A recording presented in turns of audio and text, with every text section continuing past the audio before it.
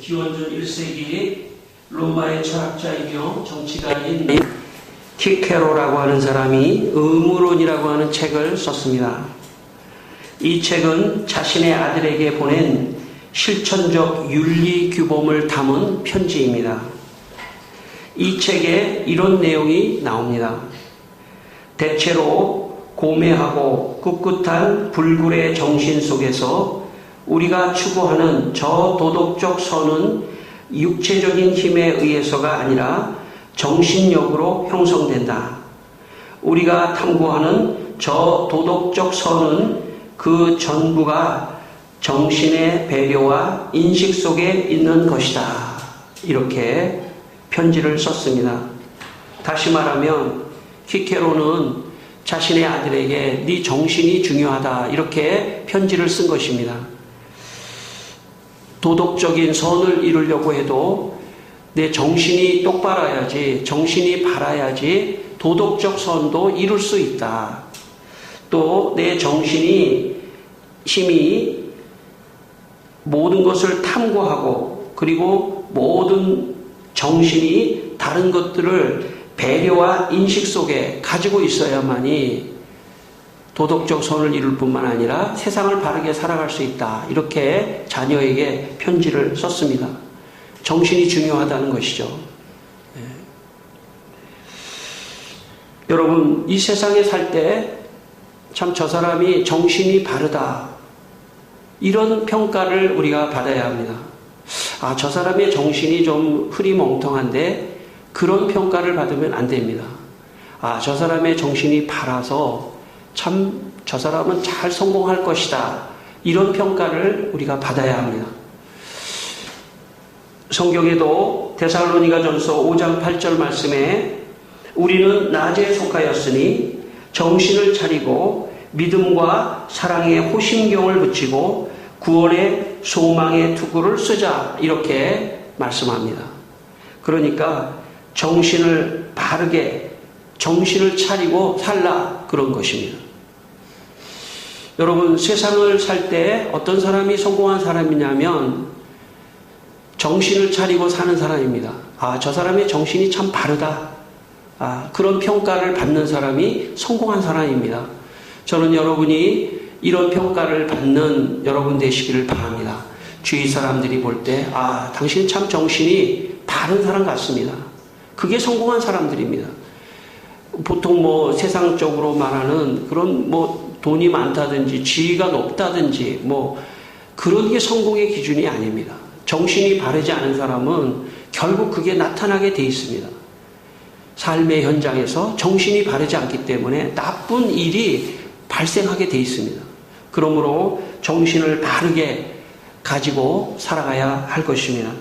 오늘 본문 말씀 13절 말씀에 예수님께서 우리 13절 말씀을 한번 다시 읽겠습니다. 13절 말씀입니다. 예수께서 빌립보 가이사랴 지방에 이르러 제자들에게 물어 이르되 사람들이 인자를 누구라 하느냐. 예수님께서 제자들에게 이렇게 물으셨습니다. 사람들이 인자, 여기 인자는 예수님을 말씀합니다. 인자를 향해서 누구라 하느냐. 그럴 때 제자들이 말했습니다. 다른 사람들은 예수님에 대해서 더러는 세례 요한이라고 하고 더러는 엘리야라 하고 어떤 이는 예레미야나 선지자 중에 하나라고 말을 합니다. 그렇게 사람들이 예수님에 대해서 평가를 했습니다. 그때 예수님께서 그러면 너희는 나를 누구라 하느냐 이렇게 물으셨습니다. 이것은 예수님의 정체, 예수님의 어떤 분이신지를 제자들의 입을 통해서 고백받기를 원하셨기 때문에 이렇게 물으신 것입니다. 4세기 이집트 사막에 알렉산드리아의 마카리우스라고 하는 수도사가 있었습니다. 어느 날 그는 이집트 사막에 빠꼬미우스 수도원이라고 하는 좋은 수도원에 참 훌륭한 수도원 원장이 있다는 소문을 듣고 그 수도원을 찾아가려는 계획을 갖고 수도원을 찾아갑니다. 마카리우스는 그 수도원 원장에게 찾아가서 자기를 수도사로 받아달라고 부탁을 했습니다. 그러자 그 수도원 원장이 마카리우스의 행색을 보니까 나이가 들고 늙었습니다. 그래서 수도원에 받아들일 수 없다고 이야기를 했습니다. 우리 수도원 생활은 대단히 엄격하기 때문에 먹는 것도 절제해야 되고 여러 가지 엄격하기 때문에 받아들일 수 없다고 얘기를 했습니다. 그러자 마카리우스가 40일 동안 서서 물도 제대로 먹지 않고 음식도 먹지 않고 야자수 물을 약간 목에 축이는 정도만 하고 무릎을 굽히지도 않고 눕지도 않고 40일을 서서 있었습니다. 이 마카리우스의 생활 방식을 이 수도원 원장이 40일 동안 지켜보면서 이분은 보통 분이 아니구나 하는 것을 알았습니다. 하나님께 기도했습니다. 하나님, 저 밖에서 40일 동안 서 있는 저 할아버지, 저분 도대체 누구입니까? 기도하는 중에 하나님께서 계시로 이 수도원 원장에게 이렇게 말씀해 주셨습니다. 저 밖에 있는 할아버지는 다른 사람이 아니라 이 이집트 사막 수만 명의 수도사들 중에 가장 존경을 받는 알렉산드리아의 마카리우스다 하는 것을 가르쳐 주었습니다. 기도 중에 깨달았습니다. 그래서 이 수도원 원장이 마카리우스에게 가서 무릎을 꿇고 사부님, 몰라봬서 죄송했습니다. 우리는 사부님에게 오히려 배워야지 사부님이 여기 와서 배울 것은 없습니다. 기도해 주십시오. 해서 마카리우스 사부가 기도를 하고 축복을 하고 떠났다는 그런 이야기가 있습니다. 여기 수도원 원장이 계시를 통해서 마카리우스를 알아봤습니다. 그냥 인간적인 눈으로 보면 마카리우스가 누군지 모르죠. 어떤 할아버지. 그러나 하나님께 기도하니까 하나님께서 마카리우스의 정체를 가르쳐 주었습니다. 마카리우스는 다름이 아니라, 이 사람은 다른 사람이 아니라 이집트 사막에서 가장 존경을 받는 그런 마카리우스다. 이렇게 가르쳐 주었던 것입니다. 오늘 성경 말씀에 이와 비슷한 이야기가 나옵니다. 예수님께서 제자들에게 그러면 너희는 나를 누구라 하느냐 이렇게 물었을 때 제자 중에 베드로가 이렇게 대답합니다. 여러분 다시 한번 우리가 읽겠습니다. 16절 말씀. 시몬 베드로가 대답하여 이르되 주는 그리스도시요 살아계신 하나님의 아들이시니이다. 17절까지 예수께서 대답하여 이르시되 바요나 시몬아 내가 복이 있도다. 이를 내게 알게 하니는 혈육이 아니요 하늘에 계신 내 아버지시니라. 아멘. 그 중에 한 사람 베드로가 이렇게 말했습니다. 주는 그리스도시요 살아계신 하나님의 아들입니다. 그러자 예수님께서 시몬아, 바요나 시몬아, 내가 이렇게 고백하게 된 것은, 이것을 알게 하신 것은 내 생각이 아니라 하나님이 위로부터 알게 하셨기 때문에 알 수 있는 것이다 라고 말씀하고 있습니다. 여러분, 예수님을 예리하다, 선지자 중에 하나다 하는 것은 예수님을 인간으로만 고백하는 것입니다. 인간 예수.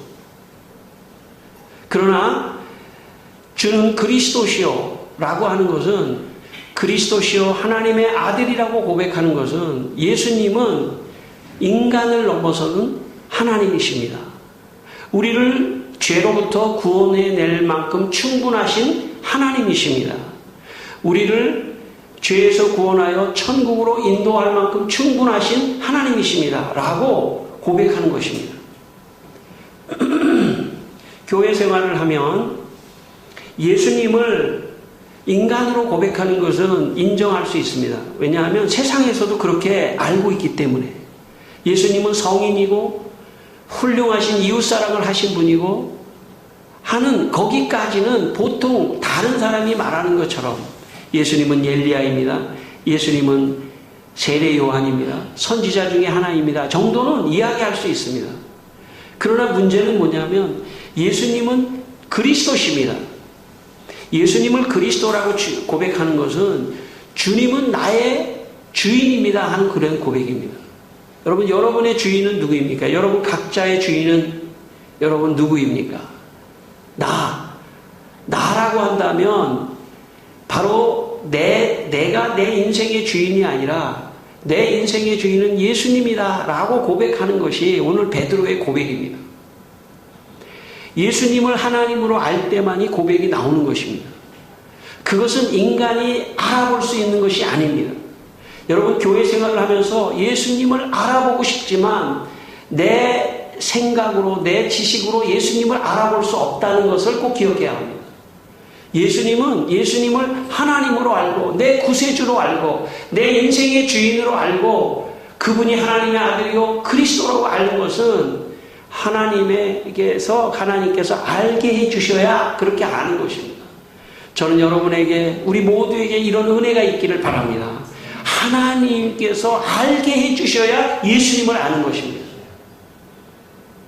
이것이 베드로에게 지금 말씀하신 예수님의 말씀입니다. 베드로야, 네가 지금 나에 대해서 주는 그리스도시요 살아계신 하나님의 아들이라고 고백한 것은 내가 한 것이 아니라 이를 내게 알게 하신 것은 혈육이 아니요 하늘에 계신 내 아버지시니라. 혈육이라는 것은 인간의 지식으로 알게 된 것이 아니라는 뜻입니다. 신앙생활을 하면서 이 지점이 가장 어려운 지점입니다. 이 지점이 가장 중요한 지점입니다. 이 지점을 넘어야 신앙인이 되는 것입니다. 많은 사람들이 교회에 오지만 예수님은 훌륭하신 인간이었어. 이웃을 사랑한 희생적인 인간이었어. 거기까지 믿고 뒤돌아설 수 있는 게 또 신앙입니다. 저는 오늘 베드로와 같은 고백을 여러분의 인생에 하게 되기를 바랍니다. 하나님의 은혜가 임해서 예수님이구나. 인생의 답은 예수구나. 인생의 답은 예수님이에요. 예수님을 만나지 못한 사람, 예수님을 알지 못한 사람은 이미 인생의 답을 모르는 사람이에요. 인생의 답은 예수입니다. 왜냐하면 그 인생의 답인 예수 안으로 들어갈 때만이 내 근본적인 인생의 문제가 해결되는 것입니다. 죄의 문제가 해결되고 죽음의 문제가 해결되고 인생이 어떻게 살아야 하는 문제까지도 예수를 만날 때만이 해결되는 것입니다. 저는 여러분의 인생에 이 예수님을 알게 하시는 하나님의 은혜가 있기를 축원합니다. 마지막 18절 말씀을 한번 같이 읽겠습니다. 18절 말씀. 또 내가 내게 이르노니 너는 베드로라. 내가 이 반석 위에 내 교회를 세우리니 음부의 권세가 이기지 못하리라. 예, 아멘. 여러분, 예수님께서 이렇게 질문하신 최종 목적이 있으셨습니다. 그것은 뭐냐면 교회를 세우시려고 하는 목적이 있었던 것입니다. 예수님께서 교회를 세우시려고 할 때 과연 그 교회는 어떤 것인가? 바로 베드로가 고백한 베드로의 이름이 공교롭게도 반석이라는 별 이름이에요. 반석은 아주 단단한 돌을 말합니다. 그 단단한 돌과 같이 바로 베드로가 고백한 그 신앙 고백이 단단하다 그런 뜻입니다. 그런 베드로의 신앙 고백 위에 바로 교회를 세우겠다 하시는 게 주님의 목적입니다.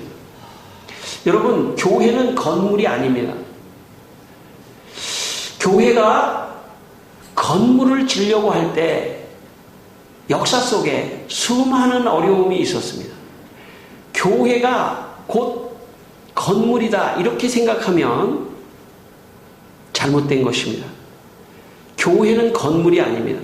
교회는 각 사람이 주는 그리스도시요 살아계신 하나님의 아들입니다 라고 고백하는 그 고백한 사람들이 모여있는 그곳이 교회입니다.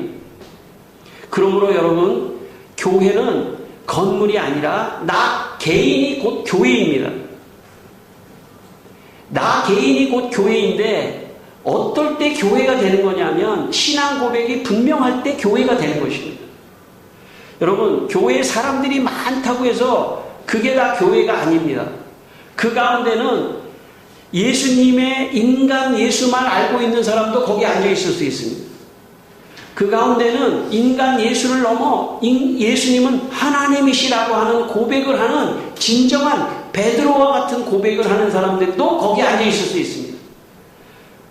목표는 뭐냐면 모두가 다 베드로와 같은 고백을 하는 사람들을 만들어내는 게 진짜 교회를 세우는 것입니다. 여러분, 교회를 세우는 것은 무슨 건물을 땅을 사서 교회를 짓는 것이 교회를 세우는 것이 아닙니다. 그 한 사람 한 사람의 신앙이 주는 그리스도시요 살아계신 하나님의 아들이라고 고백하는 사람을 만들어내는 것이 그게 교회를 세우는 것입니다.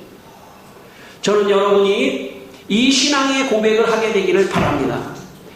여러분, 이 신앙의 고백을 한다는 건 뭐냐면 주는 그리스도시요 살아계신 하나님의 아들이기 때문에 이 세상의 모든 가치는 다 상대적이고 예수 그리스도가 절대적인 가치라고 하는 것을 고백하는 것이며, 어떤 상황, 핍박의 상황이 와도 나는 예수를 놓지 않는다는 그런 뜻입니다. 어떤 상황이 와도 예수 중심으로 살고 예수님 중심으로 나는 가겠다 하는 것입니다. 성도 여러분, 여러분의 삶 속에 예수 그리스도의 이 신앙 고백이 분명한 여러분의 삶이 되기를 바랍니다. 여러분, 그래서 역사 속에서 많은 사람들은 네가 예수를 부인하라, 만약에 네가 예수를 부인하면 너를 살려주겠다 했던 수많은 기독교의 역사가 있었습니다. 그때 수많은 사람들은 주는 그리스도시요 살아계신 하나님의 아들이라고 하며 그 순교의 길을 갔던 것이 기독교의 역사입니다. 여러분, 기독교는 내가 죽으면 천국으로 간다, 생명의 길로 간다라고 하는 믿음을 갖고 있는 게 기독교의 신앙입니다. 주는 그리스도시요 살아계신 하나님의 아들이기 때문에 나는 예수를 부인할 수 없습니다. 나를 죽이시오, 나나 순교를 당하겠습니다 했던 것이 이 한마디의 고백 속에 기독교의 역사가 일어났던 것입니다. 그러나 두려워하지 마십시오. 왜냐하면 인생의 마지막 우리의 숨이 끊어지면 우리는 영원한 하나님의 나라에 들어갈 수 있습니다. 누가 들어갈 수 있습니까? 주는 그리스도시요 살아계신 하나님의 아들입니다라고 고백하는 자만 들어갈 수 있는 것입니다. 이것이 신앙입니다. 교회는 이런 신앙을 갖게 하기 위해서, 여러분 어떻게 교회에 처음 온 사람이 이런 신앙을 갖고 있을 수 있겠습니까? 교회에 처음 온 사람은 가질 수가 없습니다. 그러나 교회에서 예배를 계속해서 드리면 하나님께서 그 마음속에 그것을 알게 하는 은혜를 부어주시는 것입니다. 그때까지 기다리고 있는 것입니다. 그래서 예배를 드리는 것은 중요합니다. 처음 교회를 나온 사람들이 여러분 예배를 계속해서 드리는 가운데 하나님께서 예배를 통해서 은혜를 주시고 그걸 알게 하시고 그런 믿음을 주시고, 그래서 그 어떤 것보다도 생명과 같이 예배를 지켜야 되는 것입니다. 그럴 때 놀라운 역사가 일어납니다. 저는 여러분의 삶 속에 이런 신앙의 고백이 분명한 삶이 되기를 바랍니다. 여러분, 창문교회는 16년 전에 지하에서 한 사람도 없이 우리 가족이 첫 예배를 드리면서 시작되었습니다. 너무나 빨리 지나갔습니다. 16년이 지나갔습니다. 특별히 창문교회는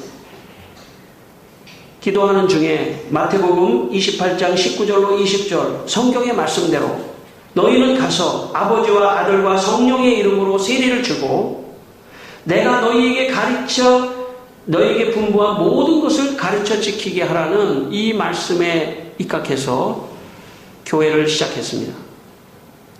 그래서 우리는 전도를 하고, 그리고 그 사람에게 세례를 주고, 그리고 그 사람을 양육해서 집사가 되고, 그리고 그 사람이 참 권사가 되는 그런 교회를 꿈꾸고 꿈꾸고 시작했습니다. 왜냐하면 교회는 건물이 아니라 한 사람 한 사람이 세례를 받고 신앙 고백이 분명해지는 사람으로 세워져 가는 게 그게 교회를 세우는 것이라고 생각했습니다. 오늘 놀라운 일이 일어났습니다. 오늘 16주년 주일날 우리는 권사님 한 분을 또 세웠습니다. 교회의 직분 너무나 중요한 것입니다. 그러나 사실 그 직분보다 더 중요한 것이 있다면 신앙 고백이 더 중요한 것입니다. 저는 오늘 권사님 임직했지만 이 권사님의 마음속에 권사님 하지 마세요. 하지 마세요. 권사님의 마음속에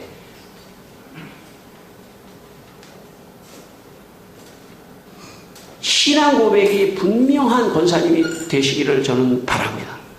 그 어떤 것보다도 교회 안에 저는 기존 교회에서 많이 봤습니다.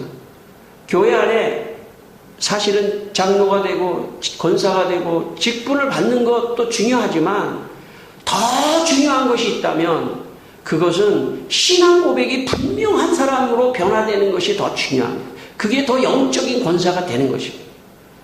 저는 그런 권면을 합니다. 영적인 권사가 돼야 합니다. 영적인 집사가 돼야 됩니다. 영적인 사람이 되어야 합니다.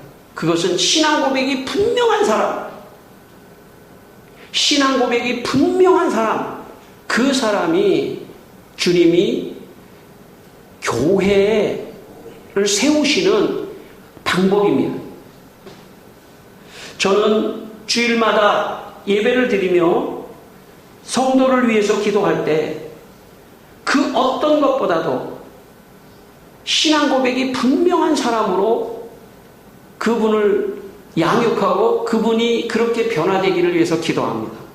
왜냐하면 혹시 우리 교회가 없어지더라도 창문교회는 없어진 것이 아닙니다. 왜냐하면 여러분 각자가 있다는 것은 다 하나님께서 여러분을 통해서 교회를 세우시기 때문에 교회이기 때문에 없어진 것이 아닙니다. 한 사람을 예수 믿게 해서 그 사람에게 신앙 고백을 분명하게 만드는 것은 각자가 다 교회입니다. 각자가 다 교회이기 때문에 건물은 중요하지 않습니다. 사실 형태도 중요하지 않습니다. 그렇다고 해서 무시해야 된다는 뜻은 아닙니다. 우리가 함께 모여 여기서 예배하는 이런 공간적인 것도 중요하지만 더 본질적으로는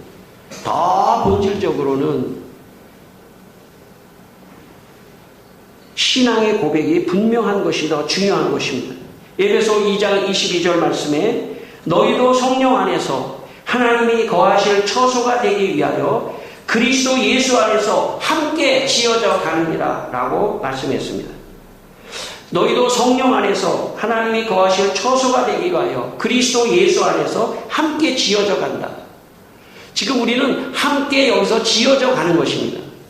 신앙 고백이 분명한 사람들 한 사람 한 사람이 나오면 그것이 모여서 함께 지어져 가는 것입니다. 지금 우리는 교회를 세우고 있습니다. 세워나가는 것입니다. 하나님이 원하시는 교회는 이런 것입니다.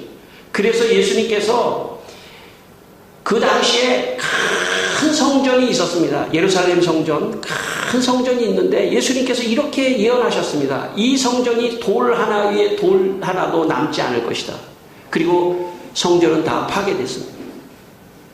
그리고 예수님께서 내가 교회를 세울 것인데 그 교회는 이런 유형적인 교회가 아니고 신앙 고백 자체가 교회라고 말씀하신 것입니다.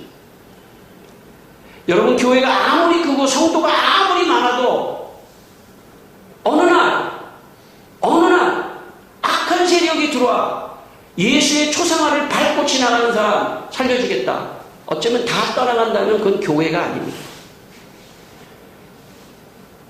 진짜의 교회는 제 생명을 드리겠습니다. 제 생명 드릴 만큼 예수님을 나는 믿습니다. 하는 그런 신앙, 그 신앙이 진짜 교회를 세운 것입니다. 저는 저를 포함해서 저부터 진짜 예수를 믿는 사람이 한번 돼보고 싶었습니다. 교회를 해도 모든 교회의 전통과 이런 것들을 다 뒤로 하고 정말 예수님이 말씀하셨던 그 교회를 한번 섬기고 싶고 세워가고 싶었습니다. 창문교회가 그런 교회가 되기를 저는 바랬습니다. 그래서 기존적인 그런 입장에서 교인들에게 프레셔 하지도 않았습니다. 단 한 가지, 예배를 드리며 말씀의 은혜를 받고 신앙이 좋아지기만을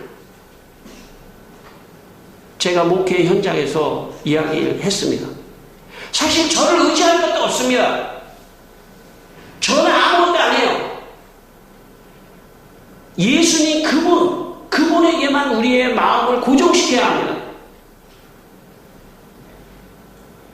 제가 여러분을 지도할 수 있는 사람도 아닙니다. 여러분의 신앙을 어떻게 좌지우지할 수 있는 사람도 아니에요. 다만 하나님의 예배를 드리며 하나님의 말씀을 증거할 뿐입니다. 하나님께서 여러분 각자에게 역사하는 길을 기도할 뿐입니다. 저를 기대하지 마세요. 저에게 가까이 보면 올수록 냄새가 나고 형편없는 사람입니다. 오직 예수 그리스도 그분만을 바라보셔야 합니다. 그분에게 내 생명까지 드릴 수 있는, 나는 어떤 상황 속에서도 예수님을 부인하지 않겠습니다. 나는 어떤 상황 속에서도 나는 주님을 배반하지 않겠습니다. 그런 신앙을 각자의 마음속에 갖고 있는 것, 그게 교회를 세우는 것이고 창문교회는 그렇게 해서 세워져 가는 것입니다. 만약에 제가 건물에 대한 생각이 있었다면 아마 여러분은 피곤해서 힘들었을지도 모릅니다. 제 관심은 그렇지 않습니다. 제 관심은 한 사람 한 사람이 예수 그리스도, 주는 그리스도시요 살아계신 하나님의 아들입니다. 어떤 상황 속에서도 나는 주님을 믿습니다. 부인하지 않습니다. 하는 그 신앙인으로 만들기 위해서 다른 모든 것들은 신경 쓰지 않도록, 아무것도 신경 쓰지 않도록 그렇게 하려고 지금까지 교회를 섬겨왔습니다. 교회는요, 부담이 없어야 돼요. 교회 갈 때. 여러분 혹시 부담이 있으면은 얘기하세요. 네. 부담이 있으면 얘기하세요. 교회 갈 때 부담이 없어야 돼요. 가서 은혜 받으러 가야 돼요. 일주일 동안 너무나 복잡하고 내 미래가 너무나 복잡한데 하나님 오늘 예배를 드리는 가운데 하나님 제게 말씀해 주십시오 라고 하나님만을 기대하고 신앙만을 기대하고 너무나 기분 좋게 오셔야 됩니다. 너무 힘든 분은 저한테 얘기하세요. 예. 성도들은 하나님을 만날 수 있는 것, 그 기회를 주는 것만이 저는 교회라고 생각합니다. 목회라고 생각합니다. 여러분이 사회 나가면요, 제가 여기서 여러분하고 막 지지고 볶고 막 이렇게 해야 저도 기분이, 나도 뭐 일한 것 같이 그런 기분이 있을 수 있습니다. 그러나 그것은 내 중심적으로 할 수 있는 가능성이 많아요. 여러분은 사회 속에서 열심히 살아가고 있도록 그렇게 기도해주고 격려하고 하는 것으로 족하다고 저는 생각합니다. 여러분, 창문교회는 다른 목표가 아무것도 없습니다. 죽어가는 불신의 영혼, 그 영혼 하나를 구원하는 것이 우리 교회의 목표 중에 목표고 최고의 목표입니다. 그리고 그 사람이 교회에 와서 주는 그리스도시요 살아계신 하나님의 아들이라고 고백하는 그 고백을 할 수 있도록 도와주는 것이 우리 창문교회의 시작이고 끝입니다. 저의 목회의 시작이고 끝입니다. 로마가 기독교인을 핍박했을 때 기독교인들은 지하 무덤인 카타콤으로 피신했습니다. 기독교인들은 로마 제국의 박해를 피해 숨어서 예배를 드렸습니다. 그동안에 로마에서 예배를 드렸던 예배당과 모든 곳들은 다 불이 나고 다 없어졌습니다. 그러나 로마는 착각한 것입니다. 교회 건물을 다 없애버리면 기독교인들이 다 흩어질 거라고 생각했는데 천만의 말씀, 기독교인들은 지하 무덤 속으로 들어갔습니다. 왜? 그곳에서 주는 그리스도시요 살아계신 하나님의 아들이라고 고백하기 위해서. 그래서 오늘 18절 말씀에 교회는 음부의 권세라는 것은 사탄의 권세를 말하고 세상의 권세를 말합니다. 세상의 권세가 이기지 못할 것이라고 말씀합니다. 많은 사람들이 지금 중국의 선교사들이 다 쫓겨나오고 있거든요. 여러분, 중국의 수많은 사람들을 핍박했을 때 50년 전에 70년 전에 문화혁명으로 다 핍박하고 선교사들을 다 내보내고 사람들을 다 죽였는데 70년이 지나서 그때 수백만의 사람이 지금 수억의 사람들이 됐어요. 기독교인들은 겉에 건물을 다 없앤다고 해서 끝나는 사람들이 아니에요. 기독교인들의 교회는, 진정한 교회는 마음에 있기 때문에 핍박을 받으면 받을수록 더 많이 전파됩니다. 지금 저 북한의 많은 사람, 연구가들은 저 북한에 지금 수많은 그리스도인들이 살아있다고 말합니다. 수많은 사람이 죽었습니다. 교회도 다 없어졌습니다. 평양의 장대현 교회도 없어졌습니다. 수많은 교회들이 다 없어졌지만 사람의 속에 있는 생각, 그 정신, 지켜라고 말한 것처럼 그 정신, 주님이 말씀한 겁니다. 베드로야, 내가 나를 누구라 하느냐? 주는 그리스도시요 살아계신 하나님의 아들입니다.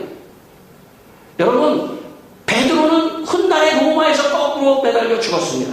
카타콤에 수많은 사람들이 들어갔습니다. 카타콤에 들어갔다 나오면 장님이 된다고 합니다. 빛을 못 보고 있다가 나오면 장님이 된다. 그래도 그리스도인들은 장님이 되더라도 카타콤에 들어가서 10평 남짓한 곳에서 400명이 모여서 찬송을 했다고 합니다. 그리고 수많은 그리스도인들이 어려움 속에서도 각자의 신앙을 지켰습니다. 각자의 신앙을 지키는 것, 그 자체가 교회를 세우는 것입니다. 여러분 가운데 이런 생각을 갖고 계시는 분이 계실지 모르겠습니다. 아, 내가 창문교회를 위해서 좀 힘이 돼야 되는데. No. 교만한 생각입니다. 내가 창문교회를 위해서 뭐 좀 힘이 돼야 되는데. No. 아니에요. 내 신앙이 좋아지는 게 창문교회를 세우는 것입니다. 내 신앙, 주는 그리스도시요 살아계신 하나님의 아들입니다를 날마다 고백하며 나는 그 어떤 것보다도 신앙을 지킬 거야. 나는 그 어떤 상황 속에서도, 세상 속에서도 신앙을 지킬 거야. 내 친구들이 다 술을 먹어도 나는 신앙을 지킬 거야. 술 먹잖아 라고 말한다면 창문교회를 지금 지키고 계시는 겁니다. 나는 어떤 상황 속에서도 예배를 드릴 거야. 그 사람은 신앙을 지키고 계시는 거예요. 창문교회를 지키고 계시는 겁니다. 창문교회를 세워가고 있는 것입니다. 저는, 우리 모두는 인간적인 생각을 다 내려놔야 돼요. 16년 동안 아마 제가 여러분에게 이 교회가 한 달 한 달 어떻게 왔는지를 보여드리면 아마 놀랄 겁니다. 하나님이 하시는 거예요. 교회는 하나님이 하시는 거예요. 하나님이 하실 때까지 가려고 합니다. 이 교회는. 인간적인 생각을 하는 사람들은 교회를 자기가 있어야, 자기가 도와야, 자기가 힘을 내야 교회가 된다고 생각하는데, 너 그런 사람은 믿음이 없는 사람입니다. 주님 그리스도시요 살아계신 하나님의 아들입니다. 내 신앙을 지켜주십시오. 내 신앙을 잘 지키는 게 창문교회를 세우는 것입니다. 오늘 16주년 또 임직하는 귀한 날, 다시 한번 창문교회를 세우십시다. 창문교회를 세우는 것은 여러분의 신앙이 좋아지는 것, 그게 창문교회를 세우는 것이라는 걸 기억하시고, 하나님께서 이 시간 여러분에게 그런 주는 그리스도시요 살아계신 하나님의 아들입니다라고 하는 것을 알게 하시는 은혜가 있기를 주의 이름으로 축원합니다. 기도하겠습니다. 우리 한번 기도하겠습니다. 다 같이 주여 내 믿음을 축복하여 주시옵소서. 그렇게 기도하십시오. 주여 내 믿음을 축복하여 주시옵소서. 주여 아버지여 창문교회 건물도 아니고 상황도 아닙니다. 주님 내 신앙이 곧 창문교회입니다. 주여 창문교회를 지켜주십시오. 우리 성도들을 믿음을 지켜주십시오. 우리 성도들의 믿음이 자양된 창문교회를 세우는 것입니다. 아버지 하나님, 우리 성도들 믿음을 도와줘 주시고 주는 그리스도시요 살아계신 하나님의 아들이라고 고백하는 우리 성도들이 다 될 수 있도록 주여 역사하여 주시옵소서. 아멘. 할렐루야. 주님을 찬송합니다. 아멘. 살아계신 하나님, 주님, 우리 16년 동안 주님이 지켜주시고 여기까지 왔습니다. 우리가 혹시 참 건물이 없어도 공원에서 예배를 드린다 해도 나올 수 있는 믿음의 성도들이 되게 해주시기를 기도합니다. 길거리에서도 예배를 드리는 날 했을 때 우리 창문교회 성도들이 빠지지 않고 다 올 수 있는 만큼 주님 믿음의 사람들이 되게 해 주시옵소서. 아버지, 오늘 특별히 임직을 받으신 우리 권사님, 주님 교회를 생명과 같이 지키게 하시되 자신의 믿음이 곧 교회인 것을 깨닫게 하시고, 그래서 믿음의 믿음을 더하게 하여 주옵소서. 이미 직분을 받은 우리 권사님들도 주님 믿음의 사람이 되게 하여 주시옵소서. 감사하며 예수님 이름으로 기도드리옵나이다. 아멘.